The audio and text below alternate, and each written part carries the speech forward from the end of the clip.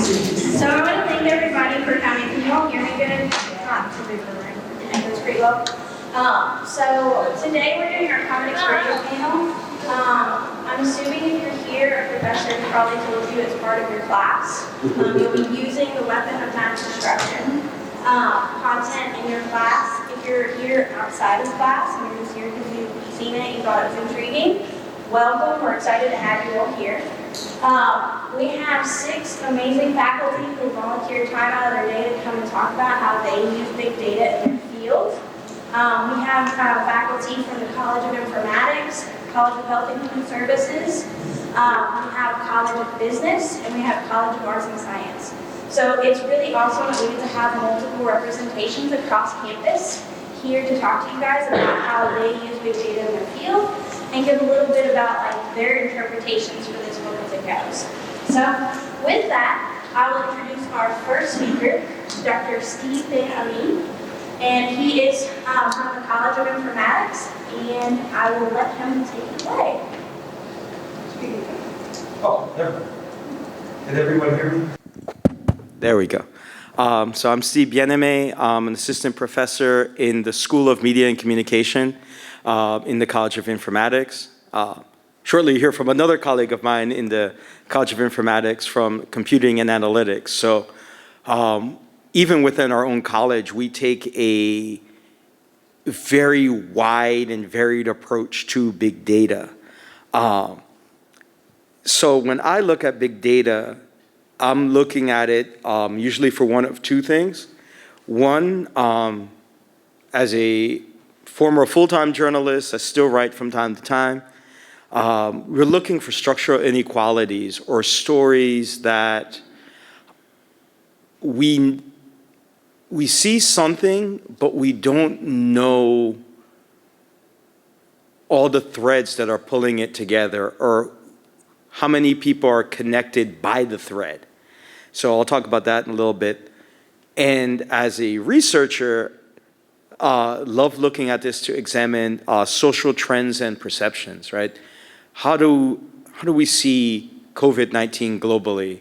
How do we view election security or misinformation, right? And we're looking at billions of users around the world, billions of posts daily. And so we're trying to figure out what's the sentiment? What are people thinking about? And it's difficult to account for all this variance, right? Because you're talking language, you're talking region, you're talking culture, you're talking age, you're talking education, formal education differences.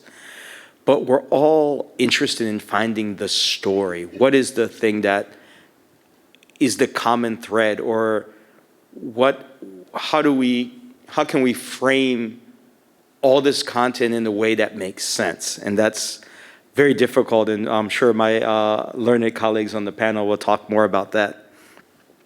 So in my field, I mentioned journalism. So we could be looking at health disparities.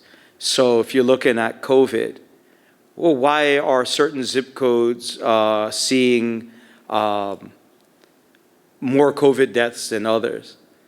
Oh, we see income. We see lack of access to health care. It could be, oh, there's more asthma, there are more asthma cases here. So maybe there's pollution, there's waste or runoff from a previous generation that's impacting people. So we can use data to help, big data to illuminate that. You can also look at big data to look at things like policy, right? Oh, there's going to be a tax cut or a tax hike, or we're going to invest in X. Well, there are, oh goodness, probably over 150 million adults in the United States. So how many tax brackets, who's that impacting, who's that not impacting? You know, like we can use big data for that. As a researcher, mass communicators use big data in a lot of ways. So if you're in what we call media effects or media psychology, we're going to look at psychometrics. This is going to come up a lot in election talks. They will not use the term psychometrics because it's very nerdy.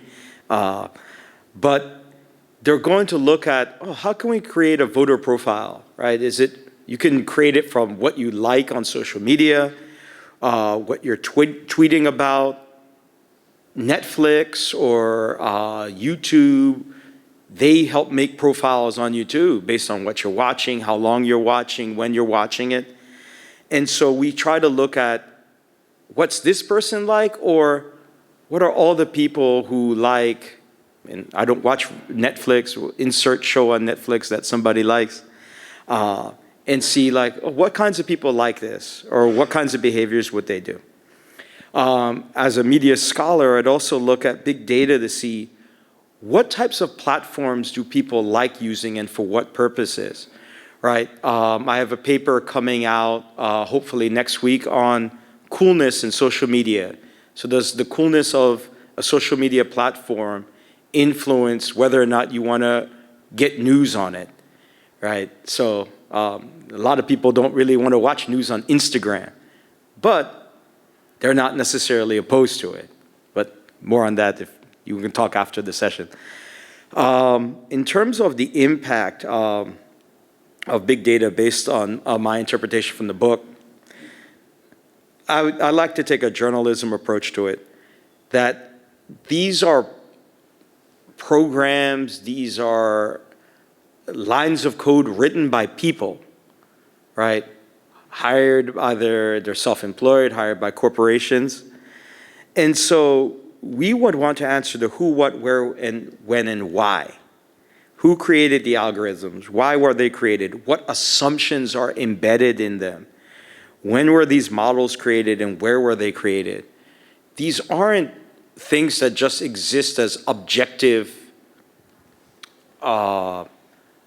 tools. They have biases inherited from their creators. This is anything.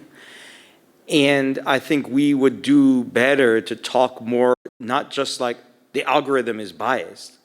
Algorithm isn't really biased. It's reflecting the preferences or the perspectives of the company that paid for it or the people who created it. And so we talk too much about these things without assigning a lot of blame or motive to the people behind them.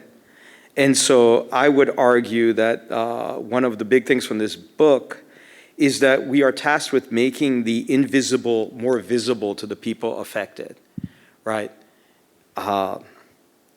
Let's see here. Something else, looking back at my own research, I just had a PR study done, just came out on social media, mental health, and sports. In this talk of big data, one of the things that we found were bots, so these automated accounts. So how much data is being created by not non-people, a person created the bot, but I trying to track things, but now a machine is creating more content. So how do we weigh that in addition to how we evaluate political sentiment or how we evaluate whether an advertisement or a PR strategy is effective if we don't know whether even human beings are behind the accounts? How are students using big data in our college? I will leave that to James for the School of Computing and Analytics. But for the School of Media and Communication, we're looking at this from journalism. We talked about that. Persuasion, like if you're in communication studies or in public relations, how can I gather information to tailor my message toward a specific group of people? Well, I can get more information about people in Highland Heights or people in Northern Kentucky or the greater Cincinnati region. And I think I will yield the balance of my time to you, James. Thank you, Steve. Can I borrow that just really quick? Sure. Thank you so much, Steve. Now our next speaker is Dr. James Walden.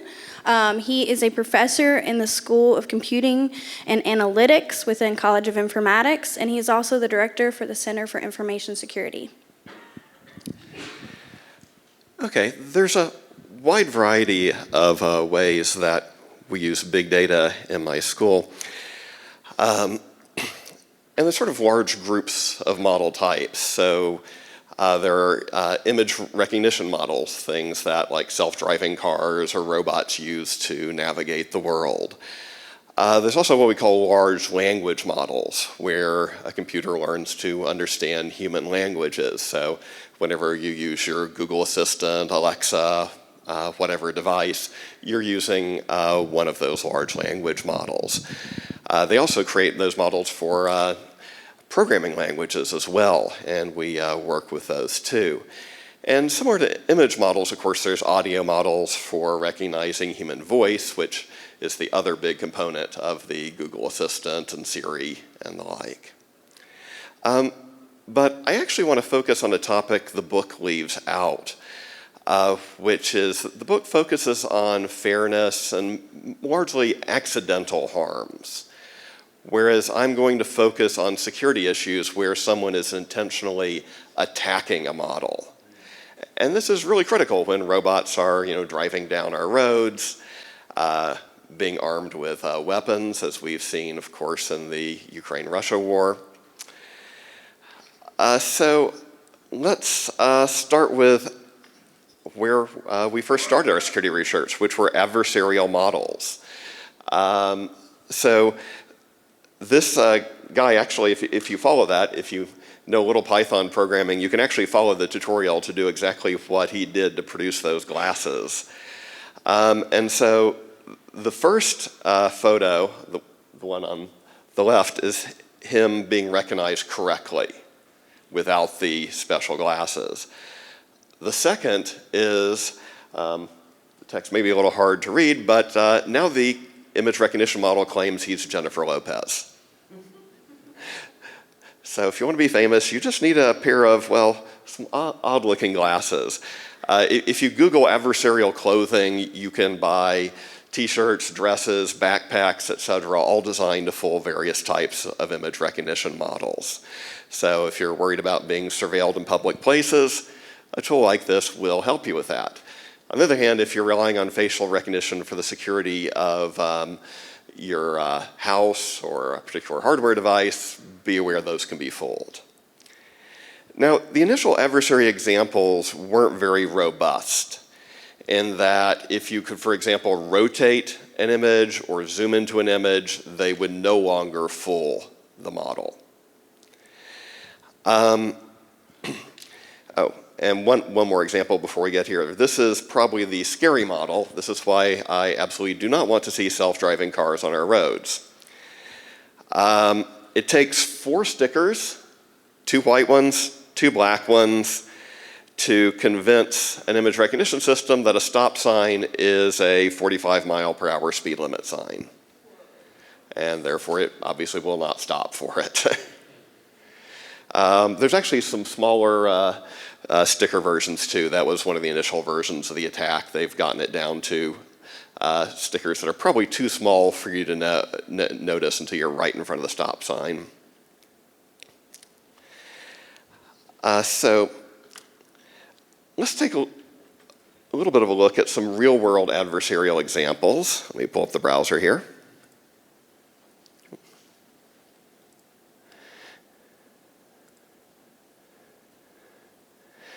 And so, So the 3 things on the left are one of Google Image's attempts to recognize the object. So normally an image recognition system won't give you just one answer, it will give you different answers with different probabilities. And now it's decided the turtle is a rifle. That's by far the highest probability compared to the others.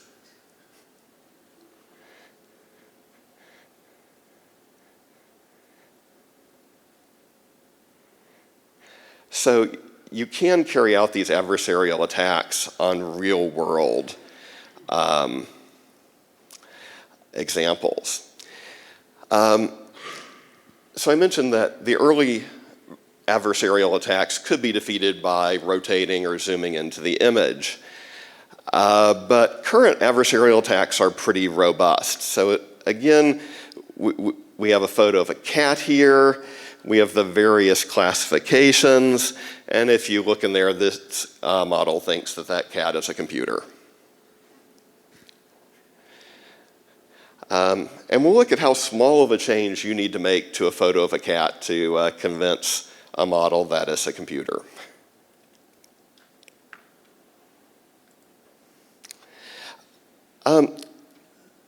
It's also worth noting that you can make attacks invisible.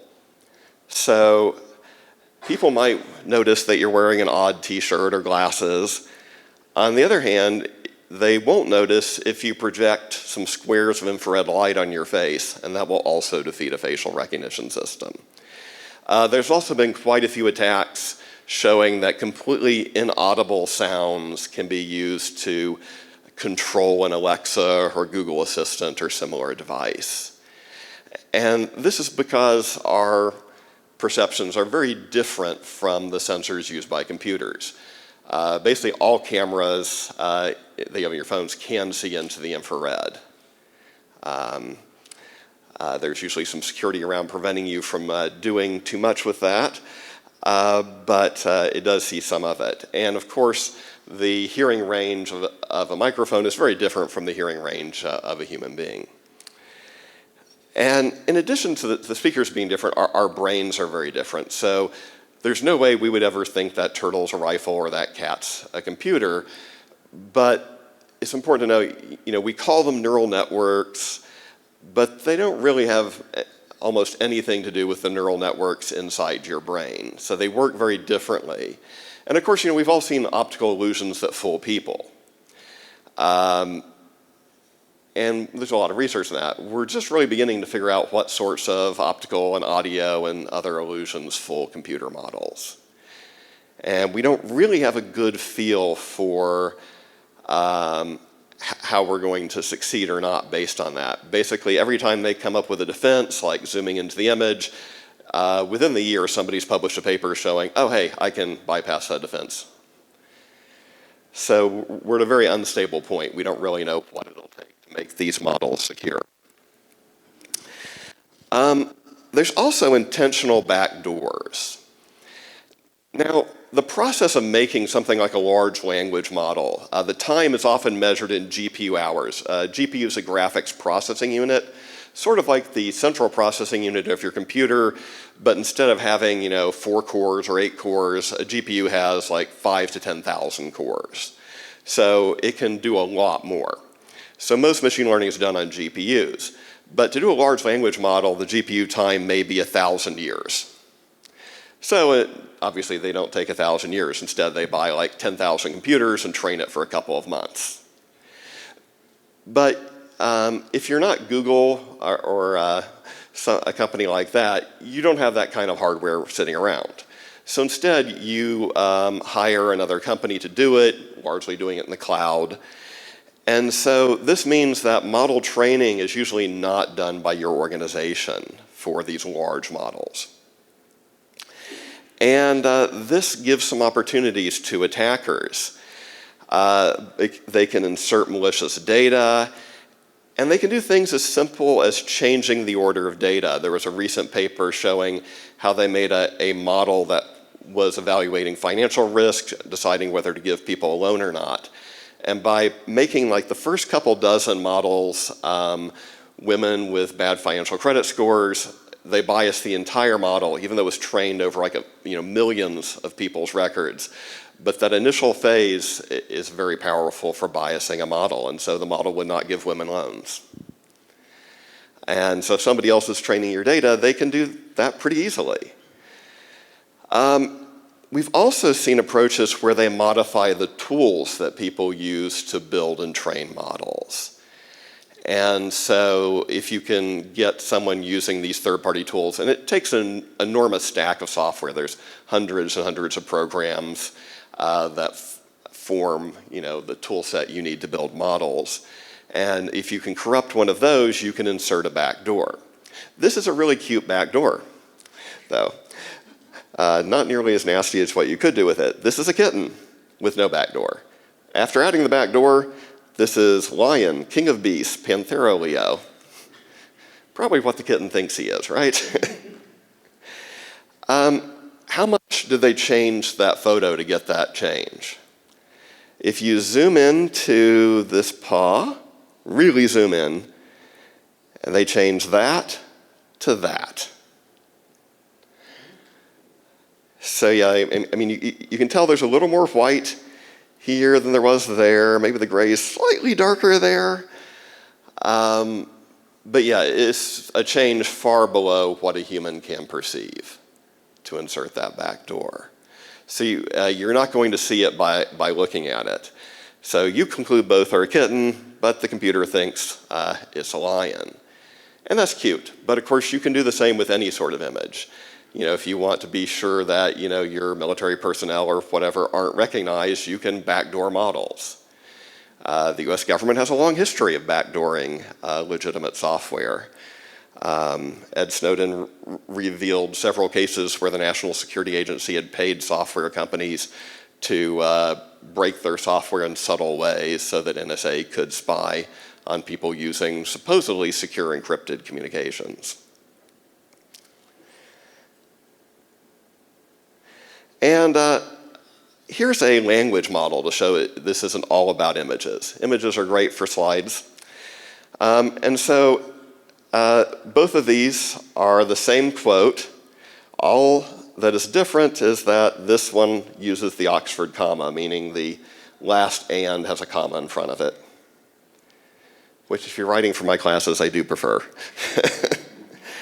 And so there's all these ideas that we'll be able to use text analysis to look at tweets and things and detect terrorists and mass shooters and so forth. But again, you can drop backdoor triggers in these that are very subtle. You know, a single comma changes the opinion of it entirely. So, okay, I'll turn it over to the next speaker. Thank you so much, James. Our next speaker is Dr. Suk-hee Kim. She is in the College of Health and Human Services within the School of Social Work, and she is also an Academic Affairs Faculty Diversity Fellow. Good afternoon. It is so honored to see you, everyone, today, November 1st. This is amazing. I do not think this is by accident to meet you all. Otherwise, we may never meet and talk through this kind of awesome opportunity. So my name is Suk-hee Kim. You heard a lot of great studies in the different fields. I just wanted to introduce the helping profession, which my profession is in social work. We do have two different ways of looking at the field. One is a clinical track. The other way of looking at the field in social work is a community development. So a little bit of everything that embrace. So how many of you love to work with the people? And I have, how many of you hate to meet with the people, talk with the people? You hate the problems, so overwhelming. You are not the only one because it's so challenging. However, it's such a rewarding field in our helping professions. So in the social work, actually, we're looking at the people's well-being. Make sure you eat well, make sure you are in a safe place to sleep, and make sure that you have a good network around your life and around you every day. How many of you have a friend in your life? Just one person, or maybe 5 out of 100, right? So the field in social work, we really deeply care about the people's well-being. And we cannot go over what is the meaning of a well-being. So we will set aside to talk about the well-being some other times. But today, that you are here and I'm here, and we all here to celebrate the data science. Have you heard about data science? We do a lot of great things in our community, but You may heard in academia talking about evidence-based practice or data-based practice. We want to make sure that the data actually reflecting what works well, what does not work well, so we can create an opportunity to develop something to try to see whether outcome is a positive or negative or nothing different between before and after. So we have a big, large data in the helping profession. We love to tap into U.S. The big, large census data, right? And some people may challenge you, how big data is a large data? So what I wanted to share today is the core data is the tool in our region, which is the state of Ohio, Kentucky, and Indiana.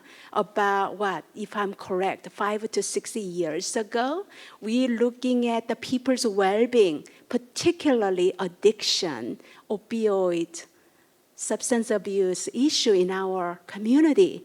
We wanted to join the suffering issue. So before about 5 or 6 years ago, we have never had a big data system in place for our community. So state of Ohio, Kentucky, and the Indiana get together to creating a data system. There are many, many different tools out there, but the core data is one particular data system people love to try to capture the data, to see and read and find out what the people's problems are in our community. So this big data system is in place. We have to find people to enter the data into that system. So particularly life and death, like opioid drug addiction, even right now, people are dying from that issue. So we gathered together, today, in the table, we talked about a lot of different things from police department, from the Office of Drug Control in our Northern Kentucky, and many, many different mental health agencies in our community get together to think about how we wanted to capture the real live data to see where they are and how many people are dying now or how many people are at risk. So we want to capture. So we used to, in the field of social work, connecting the existing data, like a U.S. Census, for example, to know the demographic informations and different type of children and family issues or obesity or any type of health issues that we are looking at into the data.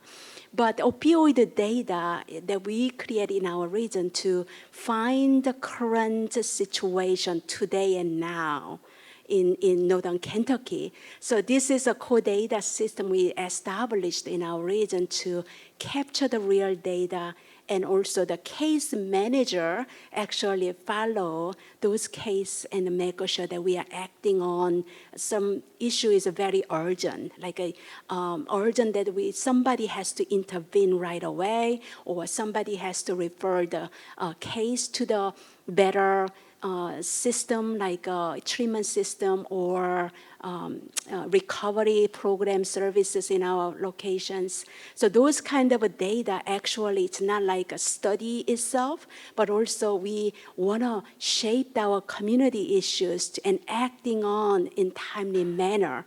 So the big data, actually, it's not like coming today, like 1,000 data in place, but that over time, as we go, as we develop better way to capture the data to see whether our people's well-being is met in many different ways.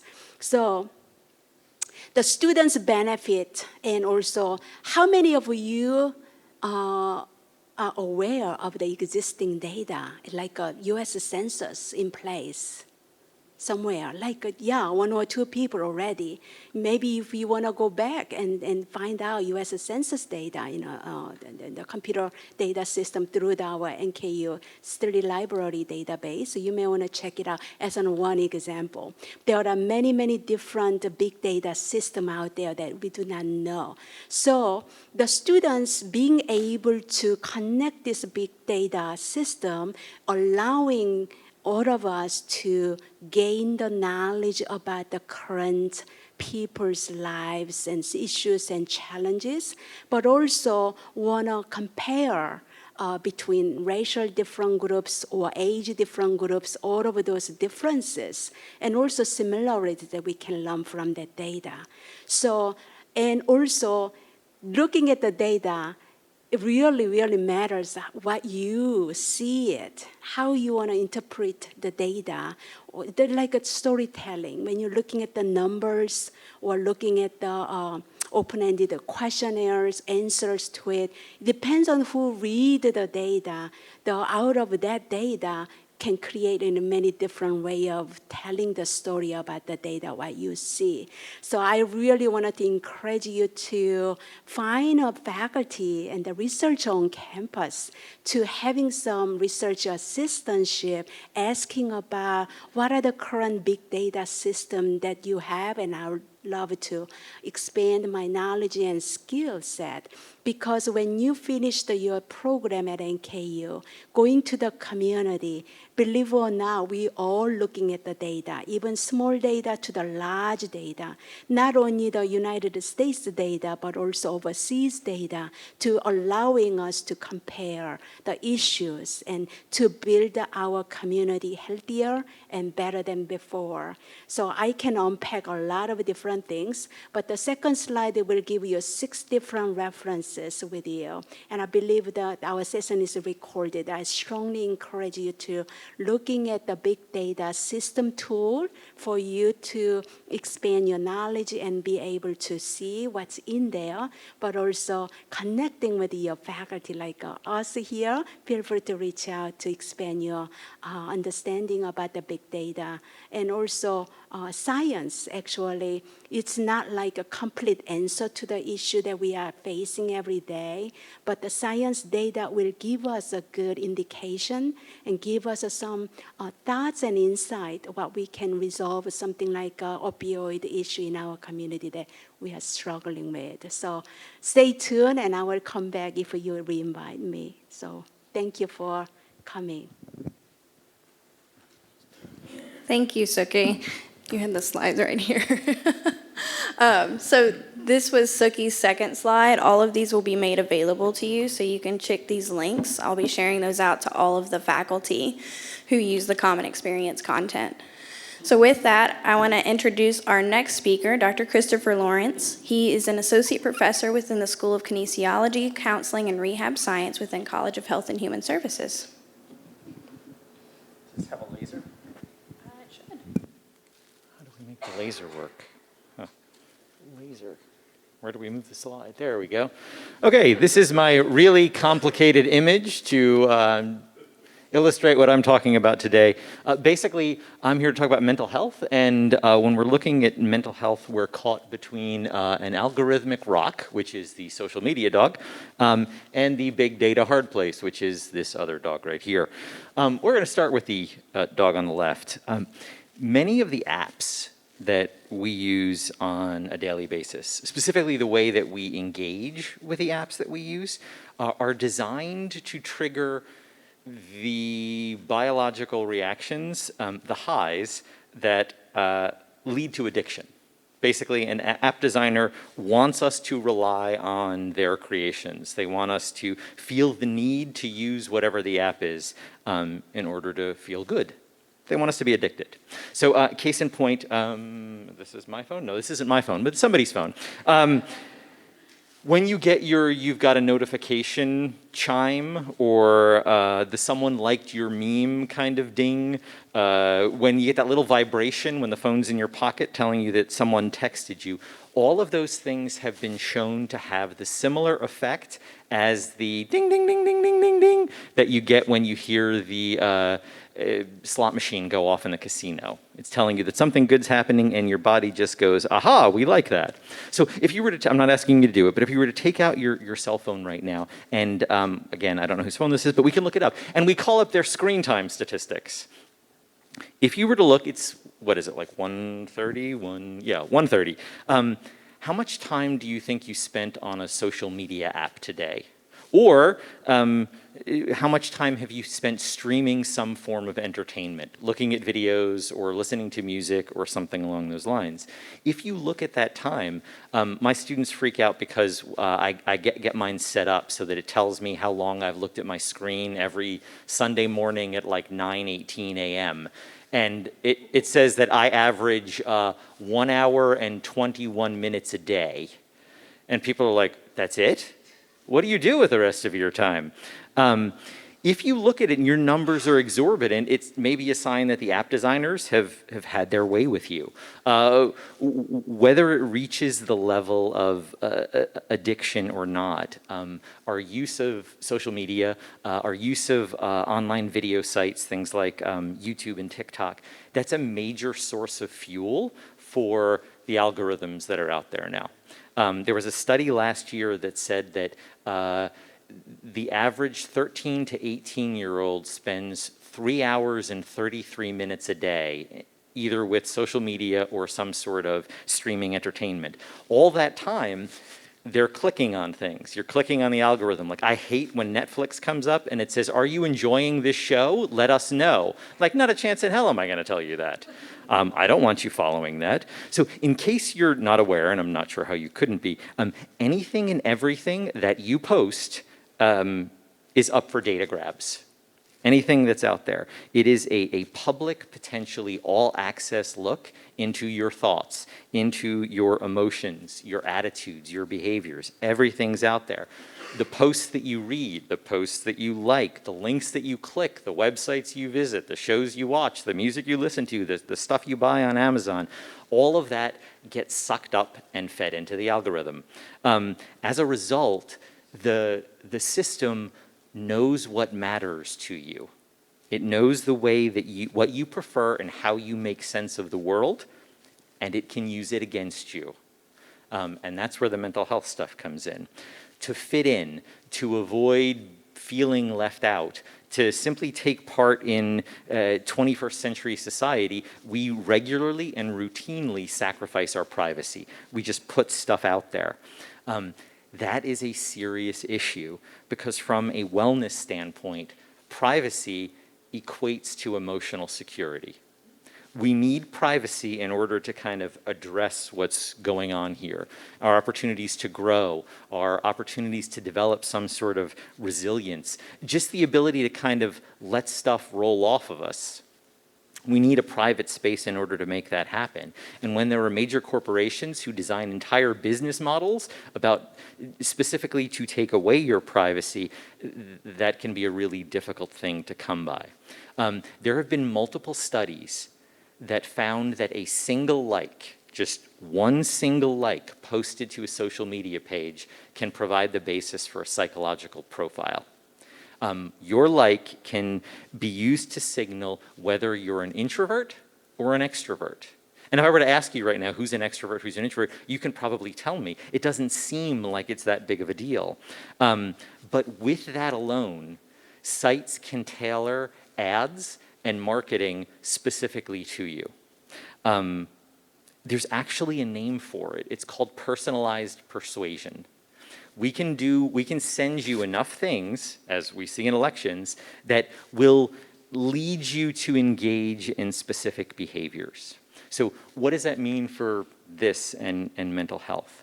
Well, it means that the algorithm can be targeted to zero in on you in a way that impacts your mental health. If you've gone on to Google and you've searched gambling addiction, or if you've tweeted or posted about it, maybe you watched some YouTube videos on what it means to overcome gambling addiction, suddenly you start getting ads for FanDuel and DraftKings and Cincinnati's own Hard Rock Casino. The same thing can happen with alcohol use, cannabis use, problematic shopping, disordered eating. It knows what you are and it will send it to you. There was a study that came out, one of the whistleblowers who was called before the government from Facebook, now Meta or whatever, said that the company knew that more than 13%, like 13.5% of teenage girls had more suicidal ideations after they downloaded Instagram onto their phone. It just went up. 17% saw their eating disorders escalate. And nearly a third of people said that when they felt bad about their bodies, Instagram made them feel worse. Yet we're still there and we're still collecting that data. So what happens when we feel bad about those things? If your problem suddenly intensifies, well, then you go get help. You come see someone like me, a counselor. And that brings us to the big data side of things. This stuff terrifies me. A few years back, there was a program in England that it was called Care Data. And what they did was they were going to take all of England's healthcare information and link it up with information from other settings. So your medical data, your psychological data, your education records, your employment records, even, believe it or not, the UK equivalent of your Kroger card. And they were going to funnel it into one big place in order to provide this wealth of data for you. It would be like having the psychological profilers on Criminal Minds following you around all day. And that initiative died, thankfully. But there are plenty of others that have come to kind of take its place. Can information like that, a system like that, big data like that, be used for good? Absolutely. The data represents a treasure trove. The problem is when there's treasure, lots of people want it. And they can find it and they can use it to make lots of money. A few years back, a team of hackers got into the confidential treatment records of tens of thousands of patients in Finland. So if you've gone and you've seen a counselor, what we did was we now have all of your notes about what you told your counselor.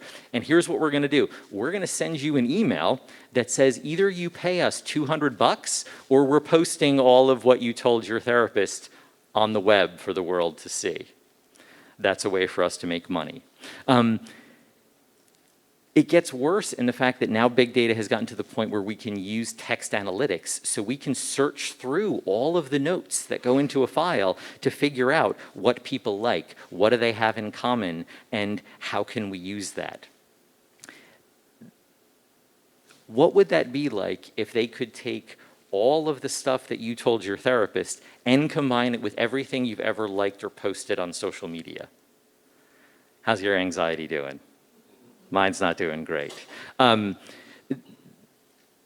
data mining of mental health information is problematic because if they try to look too closely at one individual person, it's a violation of privacy.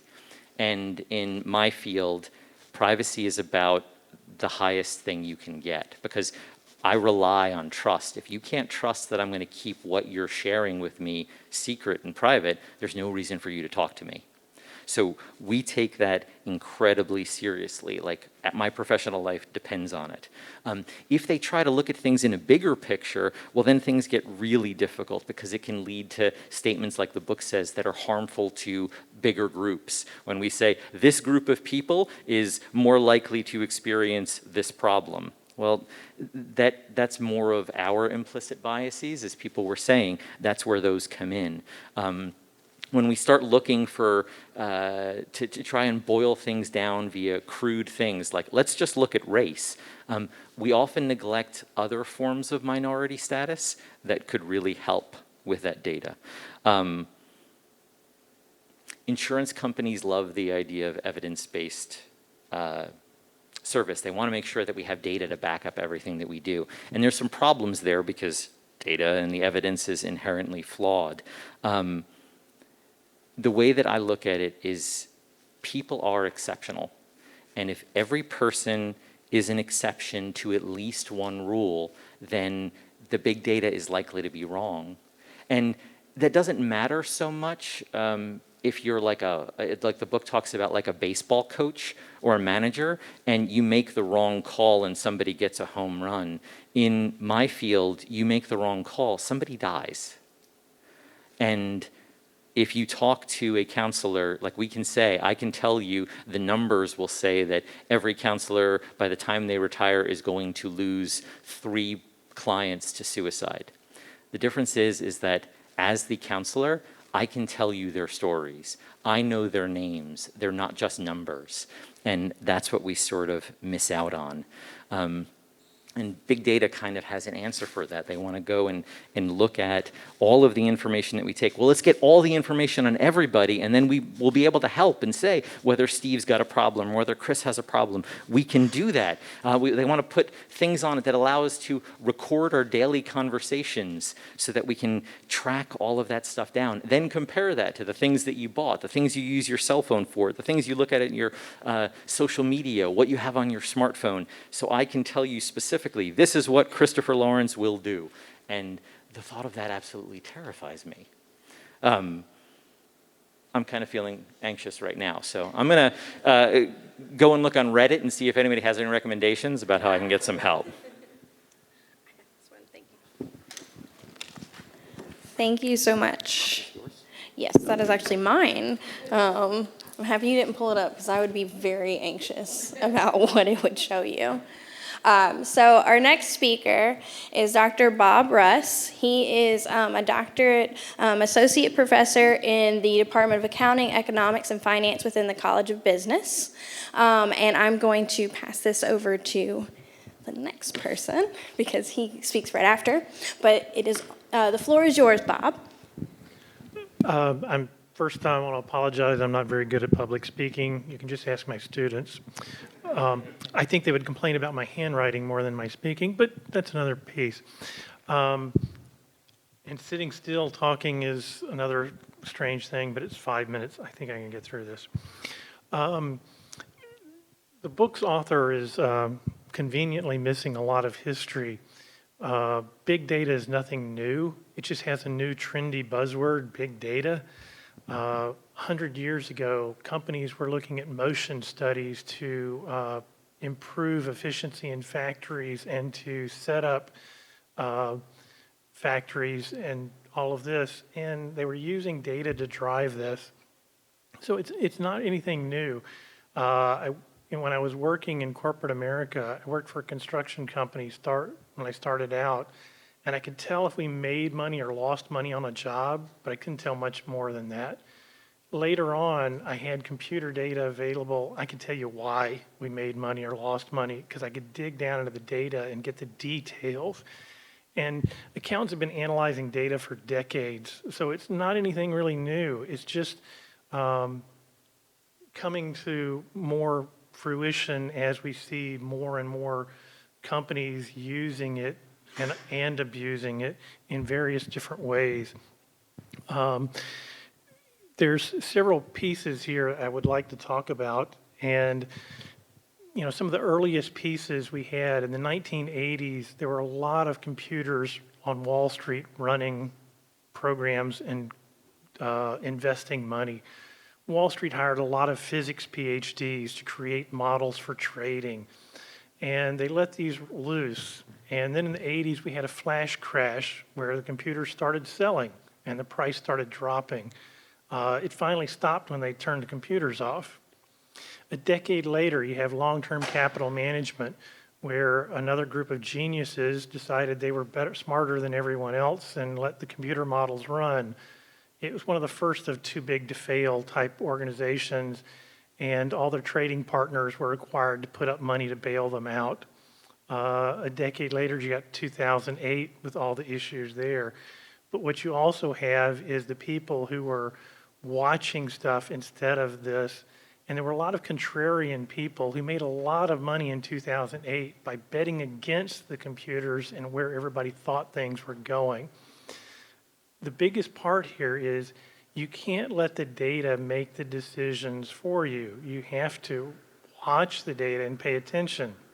You're talking about the phones. I don't carry one of these. I have one. It stays in my backpack turned off. I don't use it except when I'm traveling, and the tracking is turned off even then. So the number of hours I'm on stuff, 0. I don't have that need. I haven't gotten the addiction yet, so I don't have that need. And so that exercise care is a big piece of it. Accounting research. Accounting research uses big data. You're looking at how the market reacts to accounting stimulation. My dissertation was cleaned down to 80,000 firm year observations to look at, and that's a small database for some of the research. Now, a large chunk of accounting research is the financial research. I have a very unpopular opinion about our research and how good it is, et cetera, that I won't get into, but it is a large piece that we use. Part of that is the usability of that research I have issues with. For our students, we have students right now working with a local company. The company gives us their sales data per day, per hour, and we're using that to analyze and predict their sales for upcoming days based on day of the week, weather patterns, events happening, et cetera, to help them with their production so they have less waste. So they don't run out of product on some days, they don't want waste product on other days. You're trying to help them predict things. So big data does have uses, and this was not a really big data set. If you think about other things, if you get 10,000 resumes submitted for a job, are you really going to look through 10,000 resumes? It's almost impossible not to use big data. Big data is scary. There are misuses of it. It's not been trained well enough, as you were talking about the amount of time it takes to train it. But it's almost impossible for us to live without data and the uses of it. My career I spent in accounting, I lived on data. I lived on the computer all day long, sorting through, sifting through data. We made decisions based on what data we were seeing. We made decisions on where we would invest money for the future based on what we were seeing. We looked at economic trends. We looked at history. We looked at everything to make these decisions. I'm sorry, I couldn't have done it without that big data part. It was very tough for me to think of doing without data and that analysis. The directed advertisements, and especially at your phones, there's one that I will talk about that was sad but amusing. Someplace tracking what you buy, and you put in your little code to get your discounts at a grocery stores, et cetera. And they track that, and they will send you targeted advertisement based on that. So this one family got ads for diapers and baby formula because a certain teenage daughter had bought an early pregnancy test. That made some really uncomfortable issues at the house. So the computers can do a lot of this, but you still have to keep a leash on them. You can't turn them loose. And that's one of the bigger parts of this is, the events that the author talks about in the book are all the negatives. She doesn't talk about any of the positives of data, but she also, all of them are ones where you've turned data loose. A computer cannot think. Think about Microsoft Excel, Microsoft Word. When you're typing stuff in there, it's thinking for you. And Microsoft thinks poorly. I'm sorry, but it thinks poorly. A lot of times when I'm doing stuff and it tries to do something and I have to undo what it did and do what I wanted it to do, you can't let them think for you. You have to maintain that part in your head. Your question about what do you put into Google. My daughter was talking about natural burials. And first thing she thought of is, let's go to Google. And then what do you put into Google? How to get rid of a body. Well, that's probably not going to get you good responses. You know, you might have the FBI showing up at your door going, what body are you trying to get rid of? So, you know, you have to think before you input stuff into those databases. But, you know, like I said, my data is not out there because I refuse to cooperate with these things. I will go on Facebook once a day for about 10 minutes at the most. I don't have tracking on my phone. I'm not on any of the other things. So I'm very careful with this. So am I worried about things? No, sorry. I'm not anxious about stuff. I don't want a self-driving car, but I'm not concerned about the big data part. I'm hopeful that we will take things slowly. I know there's a lot of money to be made, and things run quicker than they should have. But I still want things to run a little bit slowly, and hopefully we'll get some of the kinks out of this stuff before we get too far into it. But as we look at the past and the number of times we've screwed up data over the years, over the decades, I know we're going to screw up more. It's just going to be, hopefully we don't screw up so much that we can't dig back out of it. We try to control this, and every time we let it go, things break. So hopefully we can. The biggest part I have to say is care must be utilized, and it's not just in programming, but it's in your use of data, your use of these things. As I say, I don't use one. And when I do use it on traveling, I'll turn tracking on to look at something and then turn tracking off. So I'll blip up on occasion.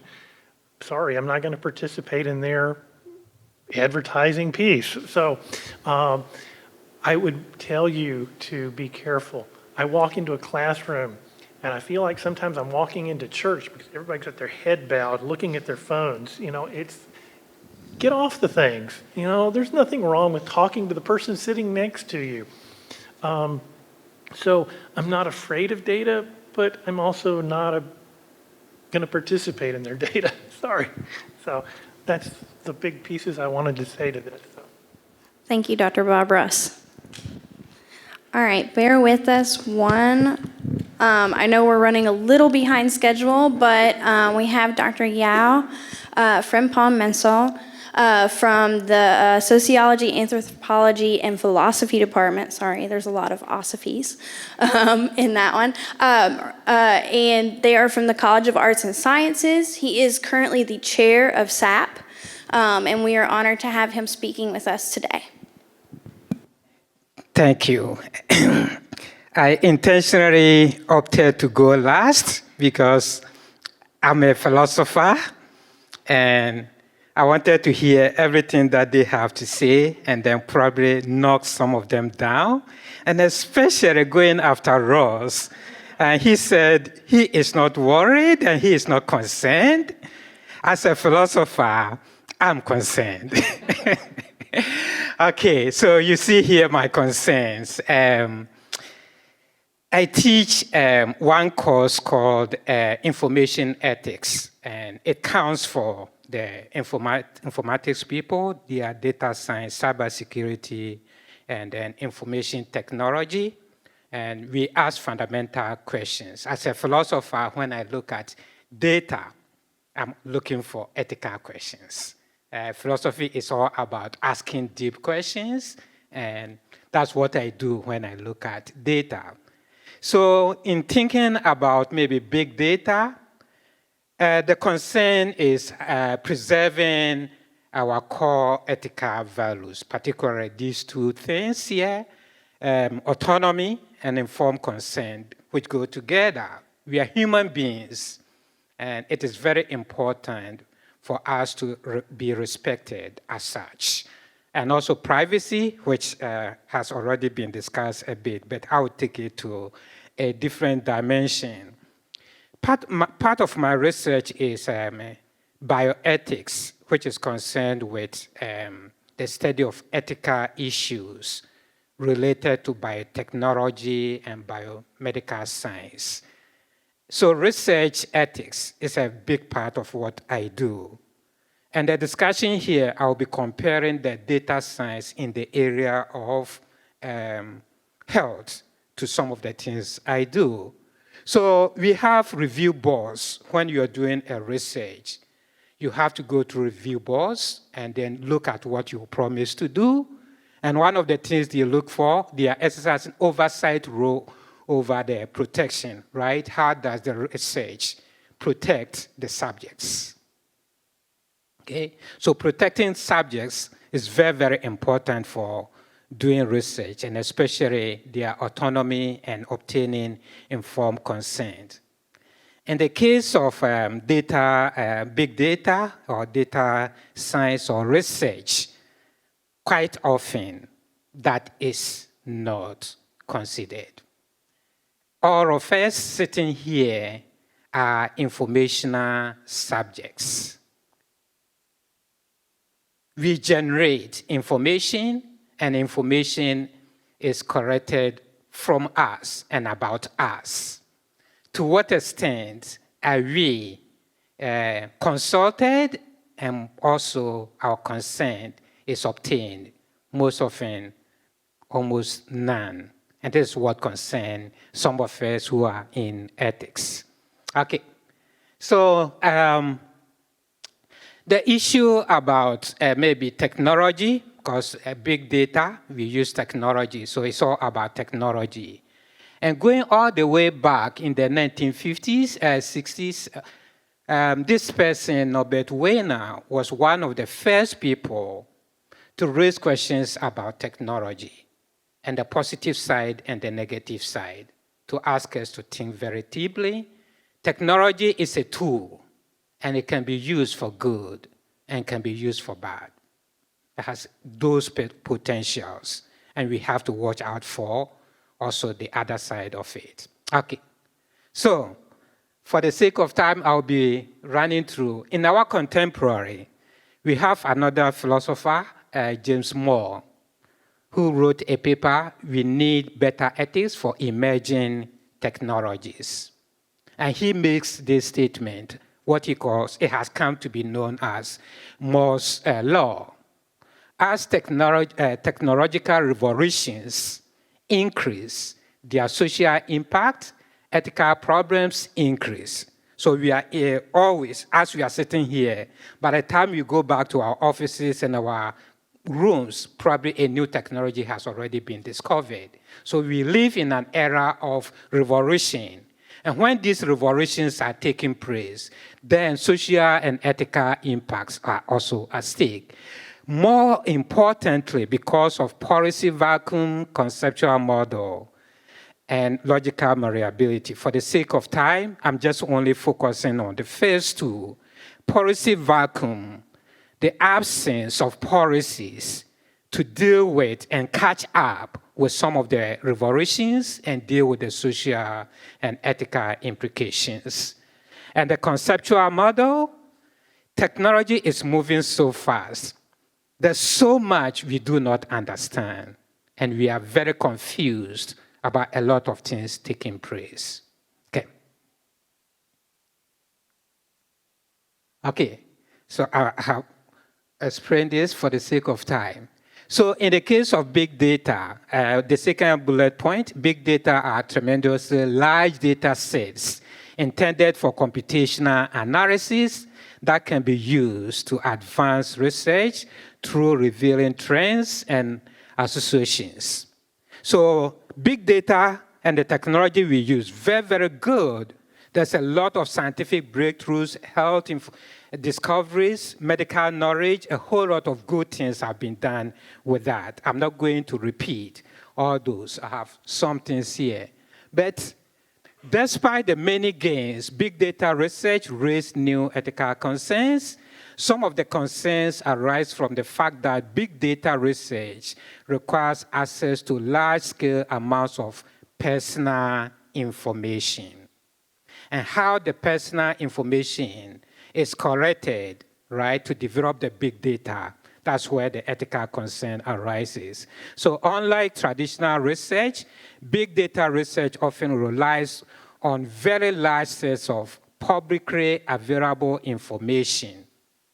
Facebook, Twitter, and the internet and all those other things. That's how these informations are collected. Okay.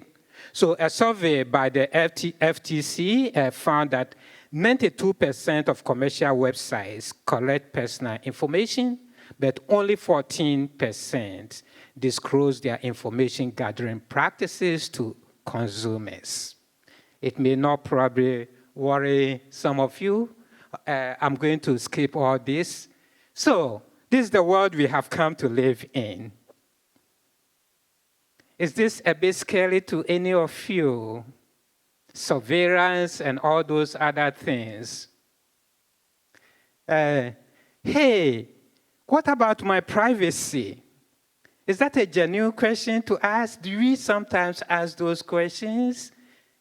We are talking of privacy and also the information correction and all those other things and the autonomy.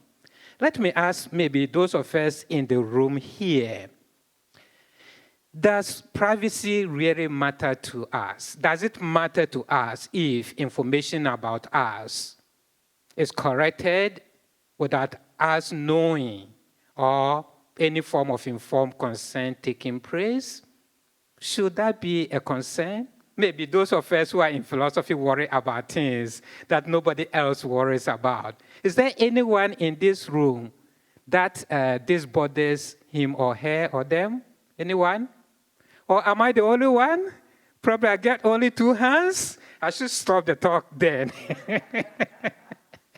Right. For some of us who are philosophers, and especially dealing with health issues, I think maybe Chris, you may probably be on my side. Okay, very good.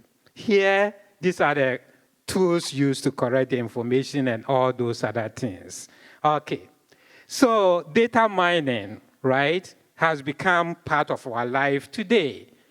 Data mining involves the indirect gathering of personal information via an analysis of implicit patterns discoverable in data. Data mining activities can generate new and sometimes non-obvious classifications or categories. So, part of the problem, to probably end my discussion, let me read you some of these challenges we face by looking at this example. There was a study conducted to demonstrate the dangers of big data that used publicly available photographs.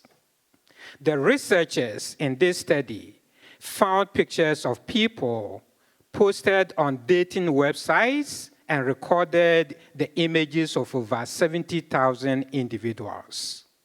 They then used these photos to train an analytics model to predict sexual orientation based on facial features. It was found that the AI technology trained using this data set can, in fact, use facial features to distinguish between people who identify as gay and heterosexual much more accurately than people. This analytics capability can be used for nefarious purposes against the lesbian, gay, bisexual, and transgender community.